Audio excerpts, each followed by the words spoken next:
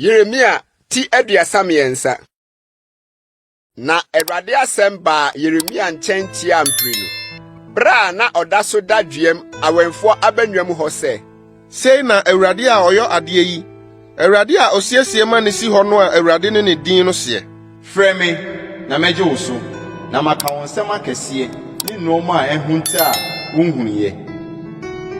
Na sei na Awurade Israel Nyankopɔn no ka no kuro yi mu adan ne Yuda ahemfo adan a epie ne afena nti oburuye no ho.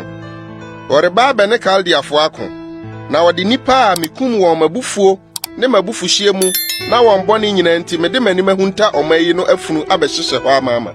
Hwɛ, miara me de adeɛ ne nnuro bɛkyekyere ne kuro so, na masa wɔn yadeɛ, na metue asomdwie ne nokoro a ɛboro so ama wɔn, na mede Yuda nomum ne Israel nomum bɛsan aba bio, na mede wɔn asi hɔ sɛ akane no, na mɛte wɔn ho afiri wɔn amumuyɔ a wɔde ayɛ me bɔne no nyinaa mu, na mede wɔn amumuyɔ a wɔde ayɛ me bɔne na wɔde afom me no nyinaa mafiri wɔn. Na kuro yi bɛdane me ahosane din, ayɛyie ne animuonyam, asase so amanaman a wɔbɛte yie a mereyɛ wɔn no nyinaa mu na wɔn akoma betu, na wɔn ho apopo, papa nyinaa ne asomdwoedie nyinaa mɛyɛ mama no ho.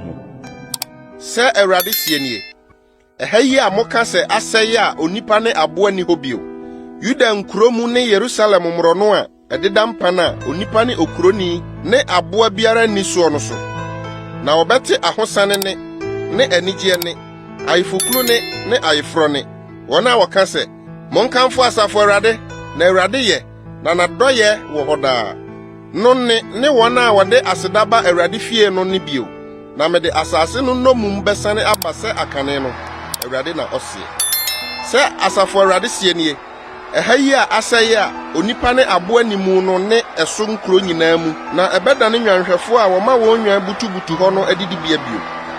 Mmepɔ so nkuro, mmepɔ ase nkuro ne anafoɔ fam nkuro mu, ne Benyamin asase so, ne Yerusalem ho, ne Yuda nkuro mu, na nwan bɛfa ɔkamfoɔ nsase atwa mu bio, Awurade na ɔseɛ.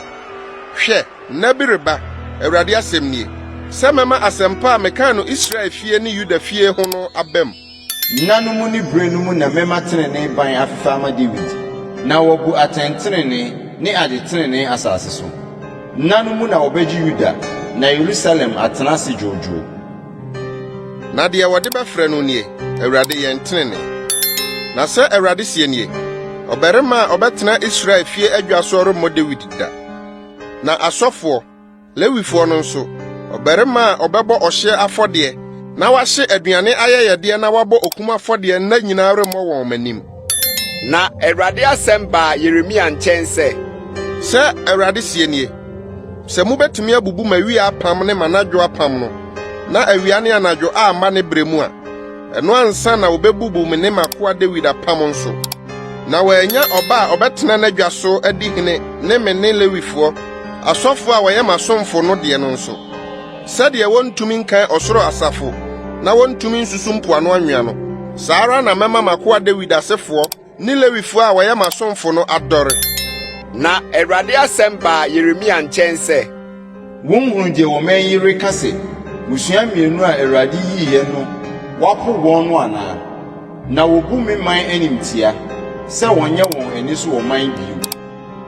Sɛ Awurade sie nie, sɛ manhyɛ me ne awia ne anadwo apam ne ɔsoro ne asase ahyɛdeɛ no a, ɛno ansa na mɛpo Yakob asefoɔ ne makoa David nso, na mamfa n'asefoɔ mu nipa a wobesi Abraham ne Isak ne Yakob asefoɔ soɔ, na mede wɔn nnomum bɛsane aba na mahu wɔn mmɔbɔ.